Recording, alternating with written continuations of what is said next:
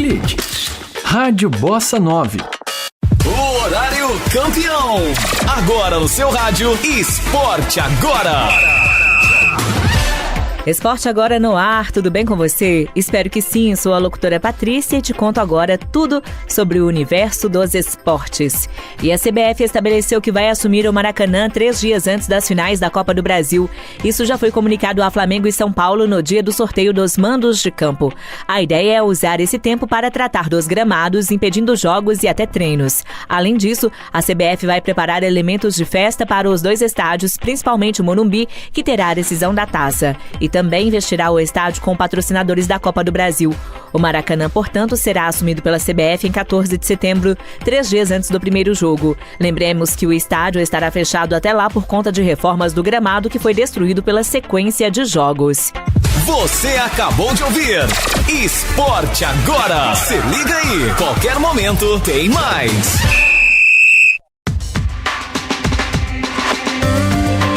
Música e conteúdo de primeira. Você só encontra aqui. Rádio Bossa 9.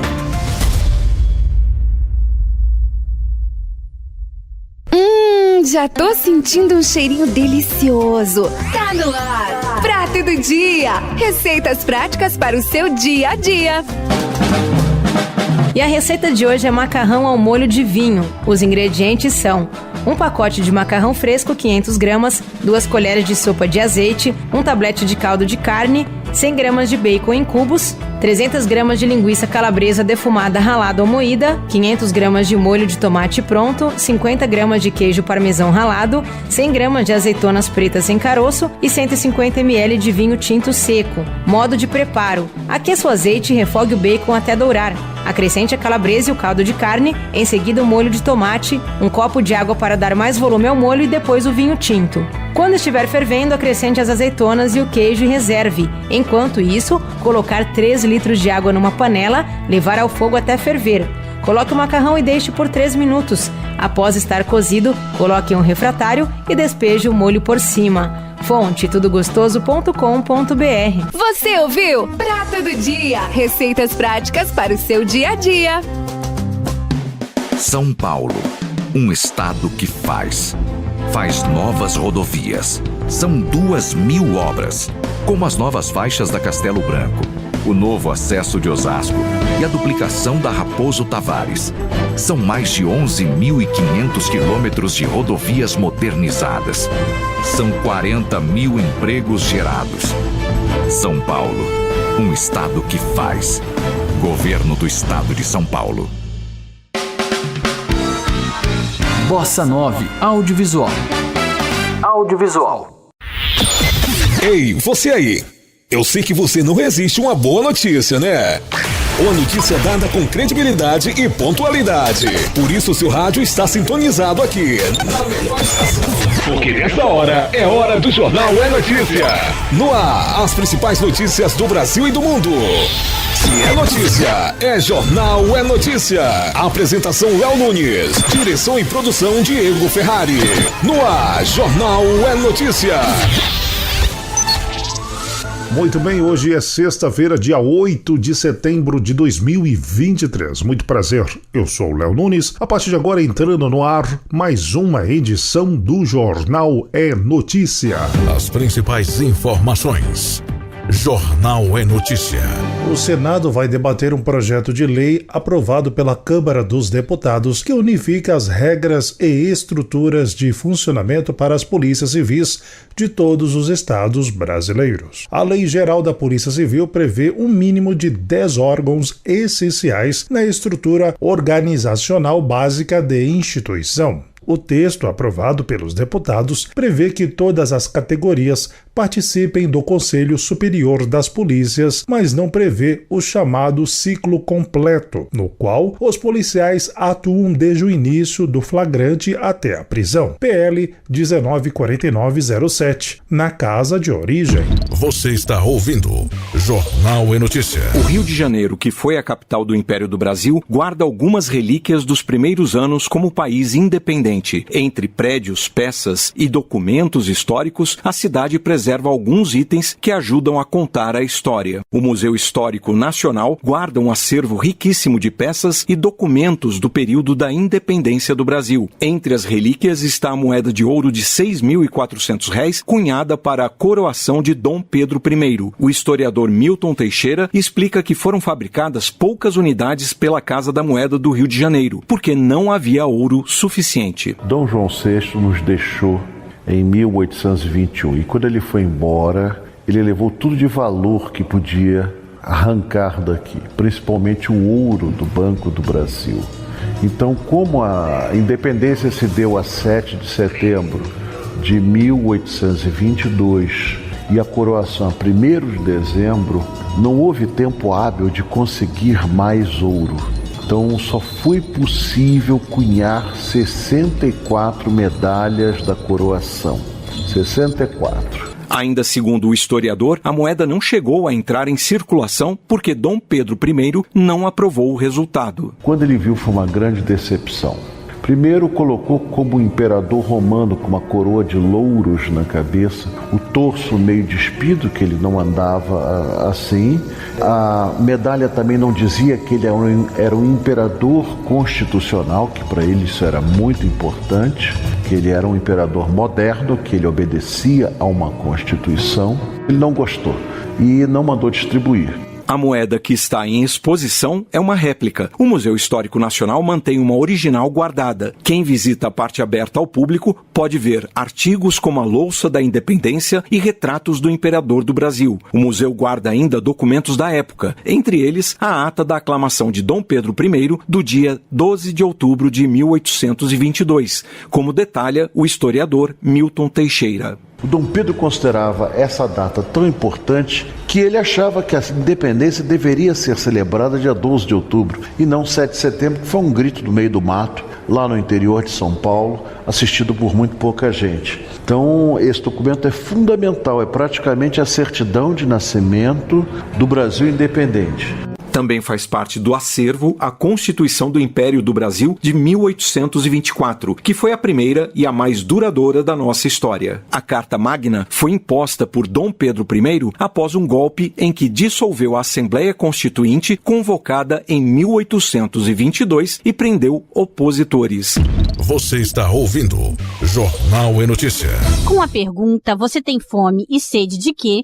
O Grito dos Excluídos 2023 no Rio de Janeiro reuniu centenas de pessoas no centro da capital. O ato convocou a sociedade para uma reflexão em torno de temas sobre justiça social, acesso à água e comida. A faixa com o tema deste ano foi carregada por familiares de vítimas da violência policial, representantes dos movimentos populares e excluídos e excluídas, que reivindicam uma sociedade mais igualitária. Marcelo Braga Edmundo, da Direção Nacional da Central dos Movimentos Populares e do Comando do Grito dos Excluídos, ressalta a importância do momento. É importante a gente permanecer sempre gritando pelos nossos direitos, para a construção de uma nova sociedade. A gente não pode parar enquanto o povo continuar passando fome, enquanto o povo continuar sem teto. A gente tem que estar permanentemente gritando até que a gente possa iniciar um processo de transformação real da sociedade. Roberto Oliveira, da Coordenação Nacional do Movimento dos Atingidos e Atingidas por Barragens, destaca que a entidade tem visto com preocupação a questão da fome e do acesso à água no país. Nós estamos verificando nas áreas que temos atuação, onde temos percorrido, que a fome ainda é uma realidade no Brasil.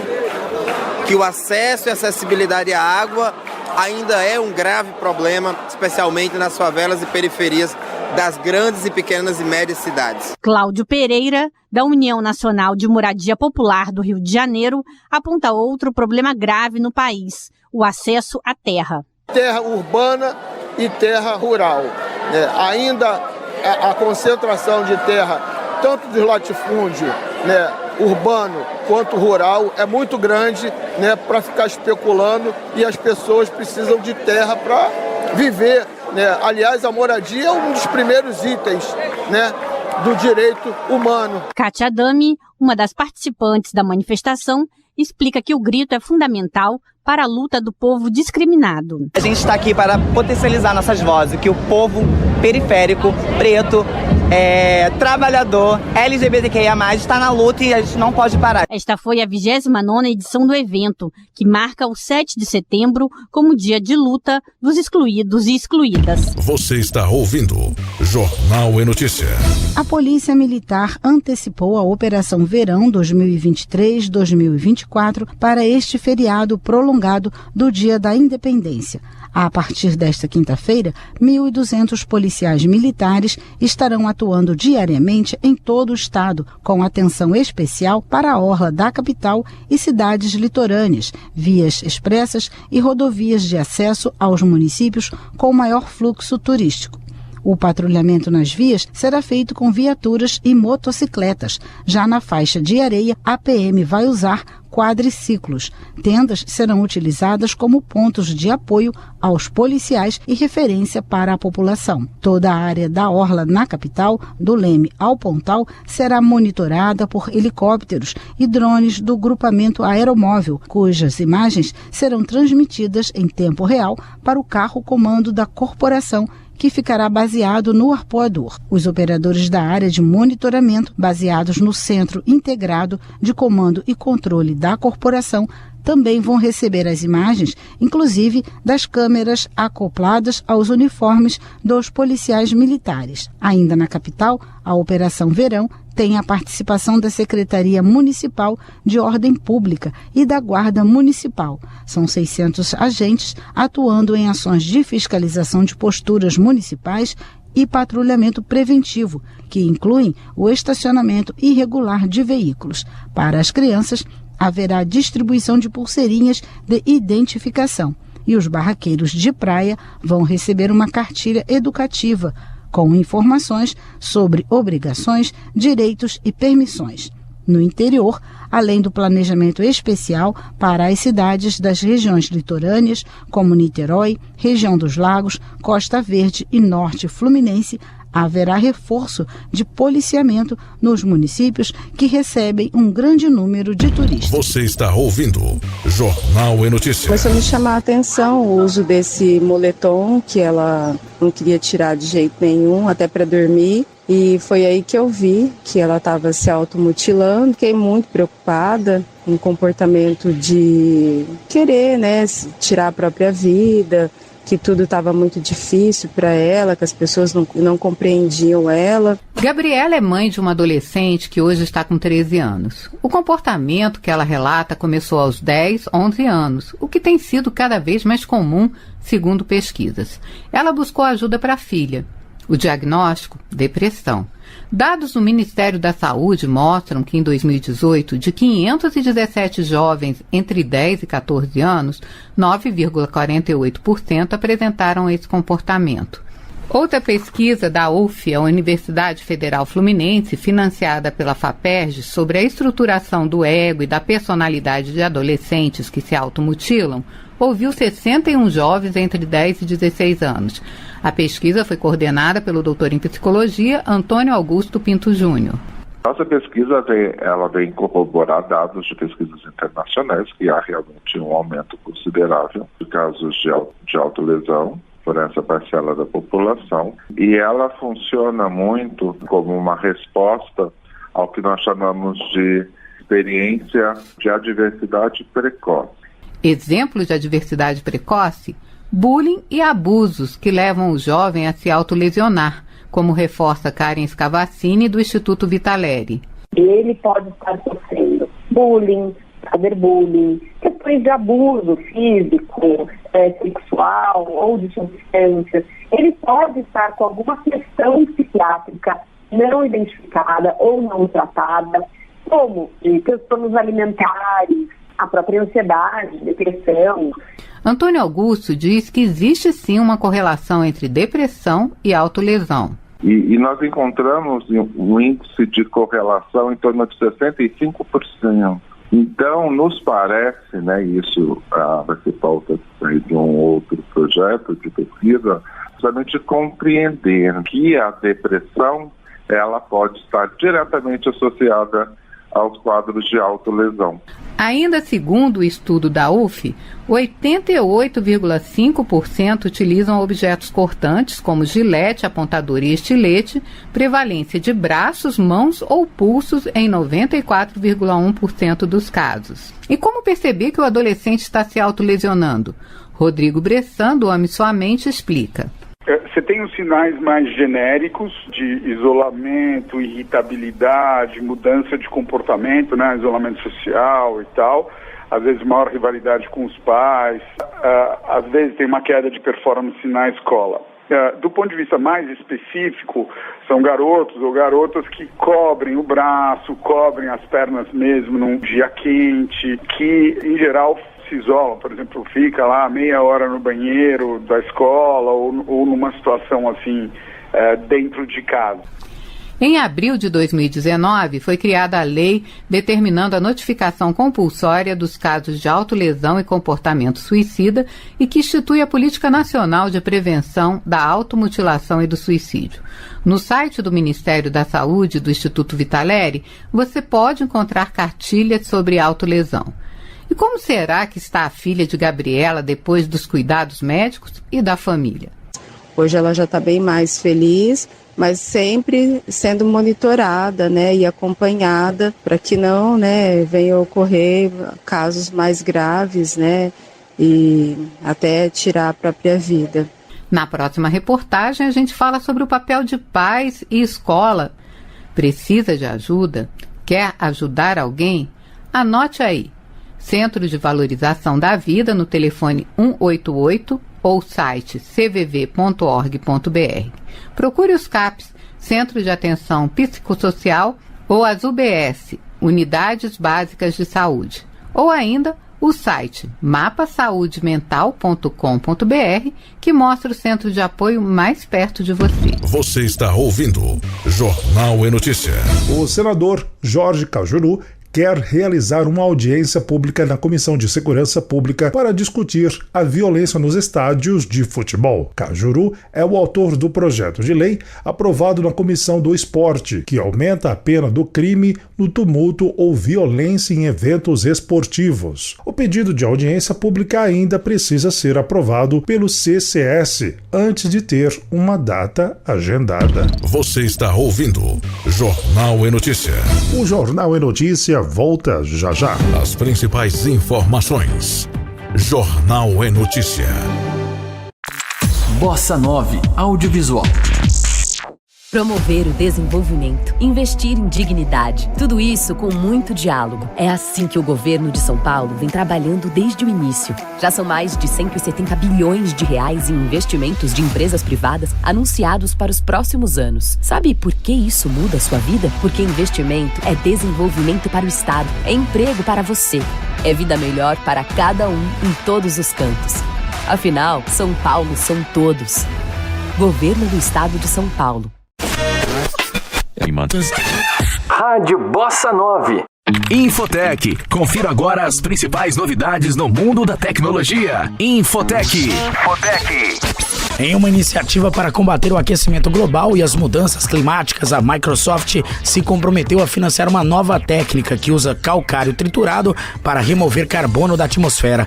O método tradicional, que envolve dispositivos semelhantes a aspiradores gigantes, pode ter encontrado um concorrente eficiente. A empresa planeja usar esse investimento para compensar as suas próprias emissões de carbono. Segundo informações obtidas pelo Wall Street Journal, a gigante da tecnologia anunciou um acordo para comprar créditos da startup Heirloom Carbon, comprometendo-se com a remoção de até 315 mil toneladas métricas de dióxido de carbono durante um período de 10 anos. Você acabou de ouvir Infotec. Infotec. A qualquer momento tem mais. Música e conteúdo de primeira. Você só encontra aqui. Rádio Bossa 9.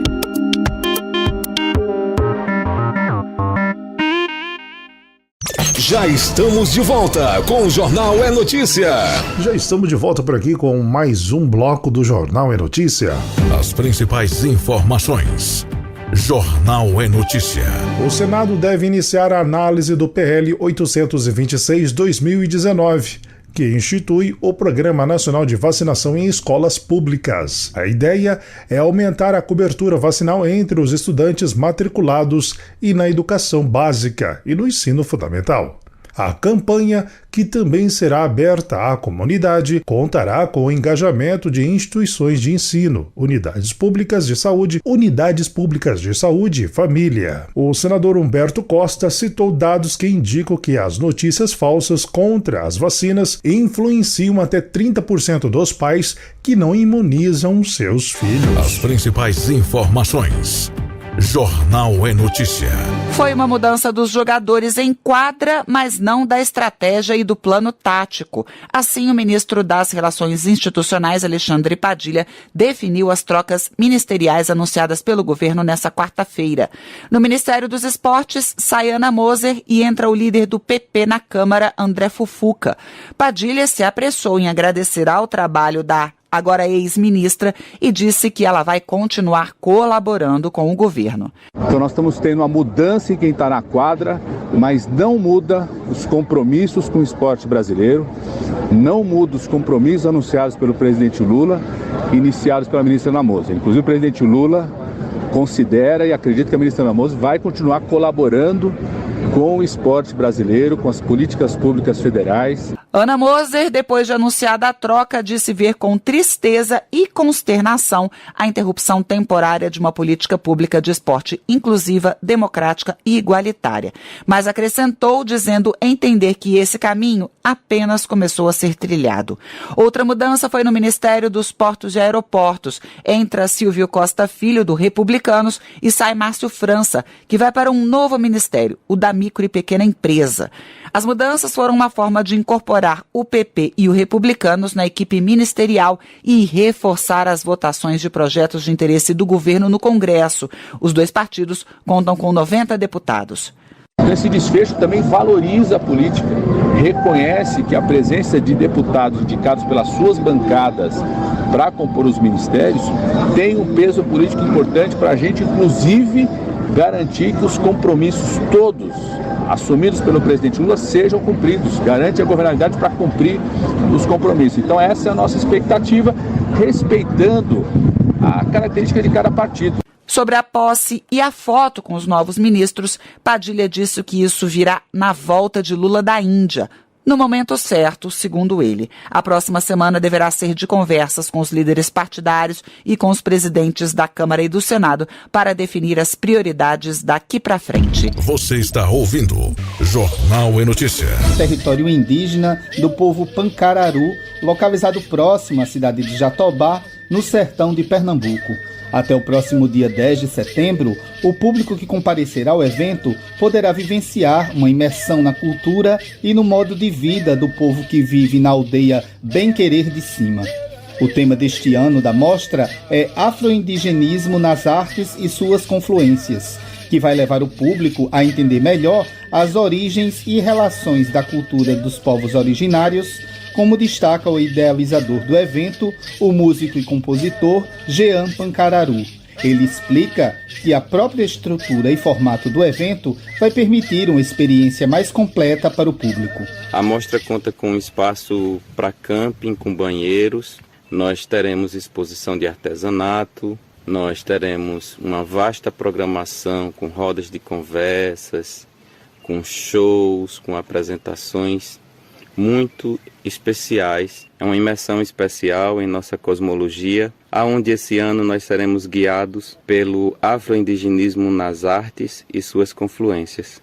Além da programação musical, os visitantes poderão conhecer danças, a religiosidade, a origem dos rituais, o cultivo da agrofloresta, realizar troca de saberes, consumir a culinária típica, entre outras vivências do povo Pancararu. A presidente da Comissão da Verdade sobre Escravidão da OAB de Pernambuco, a procuradora federal Kiara Ramos, reforça a importância de o tema afroindigenismo ser o fio condutor que costura toda a programação. Nós estivemos aqui no ano passado, em dezembro, a Comissão da Verdade sobre a Escravidão da OAB, a Baiomi Juristas Negras, ouvimos diversas lideranças indígenas, soubemos das diversas histórias de confluências entre os nossos povos E quando a gente vai se debruçar sobre a nossa história, a gente percebe o quanto as alianças entre os povos negros e indígenas, elas precisam ser teorizadas e precisam ser vivenciadas. O afro-indigenismo, enquanto categoria política, enquanto identidade, enquanto forma de vivência coletiva, ele precisa ser debatido. Os detalhes de como participar e a programação dia a dia da 4ª Mostra Pancararu de Música estão no Instagram do evento, @mostra.pancararu. Lembrando que Pancararu se escreve com a letra K. Você está ouvindo Jornal e Notícia. Subiu para 39 o número de mortos por causa das chuvas intensas e enchentes que atingiram várias cidades do Rio Grande do Sul. As 2 novas mortes foram confirmadas nos municípios de Cruzeiro do Sul e Imigrantes. Do total de óbitos, 14 foram em Mussum, 9 em Roca Salles, 4 em Cruzeiro do Sul, 3 em Lajeado, e Estrela e Ibiraiaras têm 2 mortes cada, e Mato Castelhano, Passo Fundo, Encantado, Santa Teresa e agora Imigrantes têm 1 óbito cada. A Defesa Civil do Estado divulgou um boletim atualizado na manhã desta quinta-feira. 9 pessoas continuam desaparecidas. As chuvas causadas pelo ciclone extratropical inundaram cidades, derrubaram pontes, destruíram lojas e causaram vários estragos na infraestrutura do estado. Nas redes sociais, um vídeo mostra quando 2 homens num barco passam ao lado de um grupo de porcos que se abrigou no telhado de uma casa. Tá louco? Não, vai virar o veículo. Deixa aí. Em outro, um usuário filmou uma ovelha pendurada no fio de luz. Meu Deus do céu. Uma ovelha pendurada no fio da luz. Olha a loucura que está isso aqui. Até o momento, 79 municípios foram afetados, deixando 2.500 pessoas desabrigadas e 3.500 desalojados. 2.745 pessoas foram resgatadas. E a previsão é que a chuva continue até domingo. Você está ouvindo Jornal e Notícia. O custo da cesta básica diminuiu em 16 capitais entre julho e agosto. O dado é do DIEESE, o Departamento Intersindical de Estatística e Estudos Socioeconômicos, que fez o levantamento em 17 cidades. Brasília foi a única em que o preço subiu, o que foi constatado também pela moradora da capital federal, Elide Almeida. A variação ela deu uma subida bem do preço, que antes era mais em conta, por causa de verdura e fruta, que hoje é dia da promoção, né? E elas continuam no mesmo valor. O seu Hamilton Ladeira também notou que os preços subiram. Tá mais caro. A material de limpeza, né, hortifruti, essas coisas aumentou um pouco. Os mais básicos aumentaram um pouco. As maiores quedas foram em Natal, Salvador, Fortaleza, João Pessoa e São Paulo. Em Porto Alegre, apesar de ter apresentado queda, a capital gaúcha tem a cesta mais cara, R$ 760. O morador, Rodrigo Mizunski, já nem compra alguns produtos no mercado. Eu atualmente evito, por exemplo, comprar hortifruti grangeiros no supermercado, que eu prefiro comprar na feira. Tomate no supermercado é uma coisa que eu não compro há muito tempo, que eu sempre acho cada vez mais caro. Então o supermercado é sempre aquela sensação de comprar cada vez menos coisas com cada vez mais dinheiro. Segundo a pesquisa, o leite integral, a batata e o feijão carioquinha ficaram mais baratos em todas as cidades. Por outro lado, o pão e o arroz agulhinha subiram na maior parte dos locais. Ainda segundo o DIEESE, o salário mínimo necessário para a manutenção de uma família de 4 pessoas em agosto deveria ter sido de R$ 6.300, quase 5 vezes o valor atual, que é de R$ 1.320. Você está ouvindo Jornal e Notícia. Cerca de 50 mil pessoas acompanharam o desfile de 7 de setembro nesta quinta-feira na esplanada dos ministérios em Brasília. A estimativa é da Secretaria de Comunicação da Presidência da República, que organizou o evento. Este ano o tema foi Democracia, Soberania e União. A programação começou por volta das 9 horas, mas para garantir um bom lugar, muita gente chegou cedo. Alguns já estavam marcando o lugar nas arquibancadas desde as 6 da manhã. Adultos, jovens, crianças. Um público diverso acompanhou a passagem de militares, tanques, o show da Esquadrilha da Fumaça e o desfile de alunos de escolas públicas. O mecânico de refrigeração Marcos Antônio mora em Santo Antônio do Descoberto, em Goiás, em torno do DF. Ele levou a família para a esplanada. O neto, de 8 anos, inclusive, foi fardado para acompanhar o desfile. Trouxe ele para assistir o desfile e mostrar para ele como é a nossa democracia, né? Há 30 anos atrás também eu servi o exército, né? Aí você vem aqui ver um negócio desse aqui, é voltar ao passado, né? E principalmente com a sua família. O psicólogo Yuri Borges foi de bicicleta acompanhar o desfile e ficou emocionado ao ver o show dos aviões. Ele comentou a importância do evento.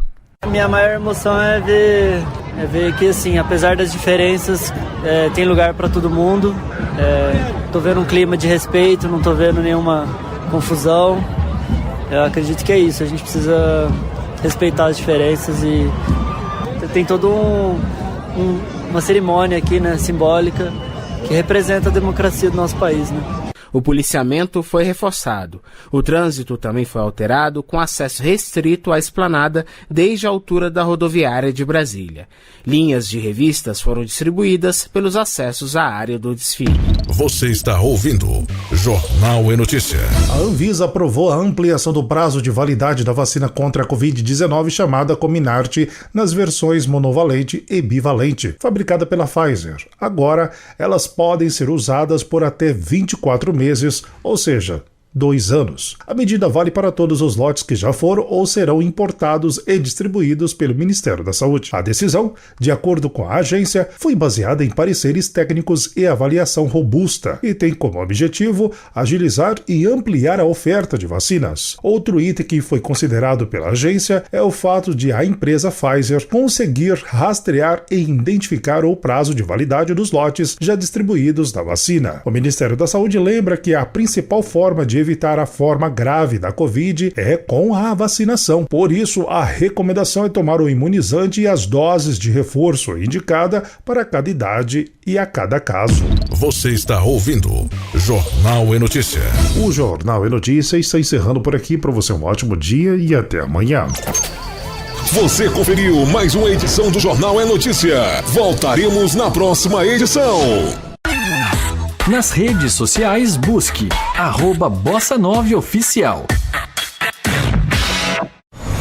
São Paulo, um estado que faz mais pelo transporte coletivo. São 10 novas estações de trem e metrô entregues. Concessão das linhas 8 e 9 da CPTM. Um investimento de 3,8 bilhões. Novas obras em 5 linhas ao mesmo tempo e mais entregas. São Paulo, um estado que faz. Governo do Estado de São Paulo. Rádio Bossa 9. A partir de agora na sua rádio vai rolar. Fique sabendo. Fique sabendo. Dicas, novidades e curiosidades para você aprender um pouco mais. Fique sabendo. Fique sabendo.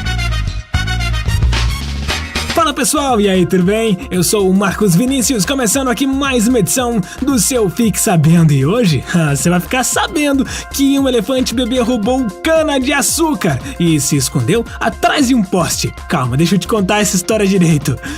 Elefantes selvagens vivem espalhados pela Tailândia, mas um em específico tem conquistado o coração dos moradores de Chiang Mai, no norte do país. Depois de uma volta noturna buscando por um lanchinho, o bebê da espécie foi flagrado roubando cana-de-açúcar de uma das fazendas locais. Porém, o que mais chama a atenção na cena é a hilária reação do filhote quando percebeu ter sido notado por seres humanos. Na maior tentativa de ser furtivo, a pequena criatura tentou se esconder atrás de um poste.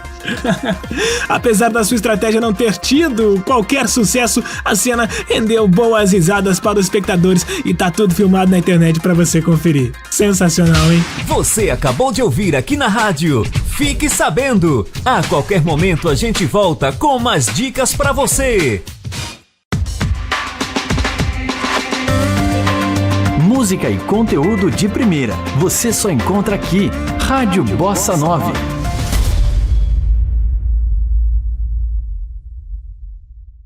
Saiba tudo que rola de novidades e lançamentos da telinha. Começa agora, Ligados na Tela. Ligados na Tela.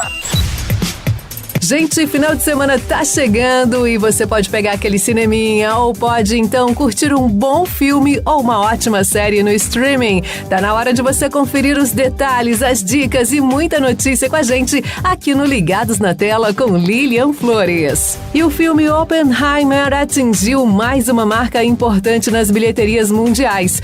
O filme de Christopher Nolan agora tem a segunda maior bilheteria entre filmes para maiores de idade, ficando atrás apenas de Coringa. Oppenheimer passou os 780 milhões de dólares arrecadados e superou Deadpool 2, que até então era vice-campeão entre os longas para maiores, com 786 milhões de dólares. Coringa lidera o ranking com um impressionante 1 bilhão e 6 milhões de dólares. Oppenheimer acompanha a trajetória do cientista que liderou o desenvolvimento da primeira bomba atômica nos Estados Unidos durante a Segunda Guerra Mundial. Essa é a nossa dica de final de semana pra você. Big beijo e até semana que vem.